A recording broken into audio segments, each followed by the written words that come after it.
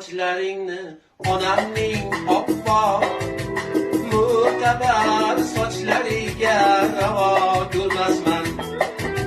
Sening sumbul sochlaringni onamning oppoq mu'tabar sochlariga ravo ko'rmasman. Gar husning quyosh bo'lsa-yu onam demasang, quyoshning nurlarida aslo yurmasman. Gal husning quyosh bo'lsa-yu onam demasang, quyoshning nurlarida aslo yurmasman.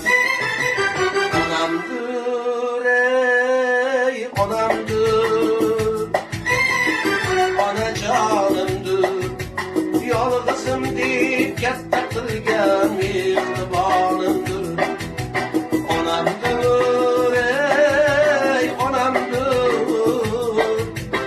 onajonimdir, yolg'izim deb katta qilgan shirin jonim.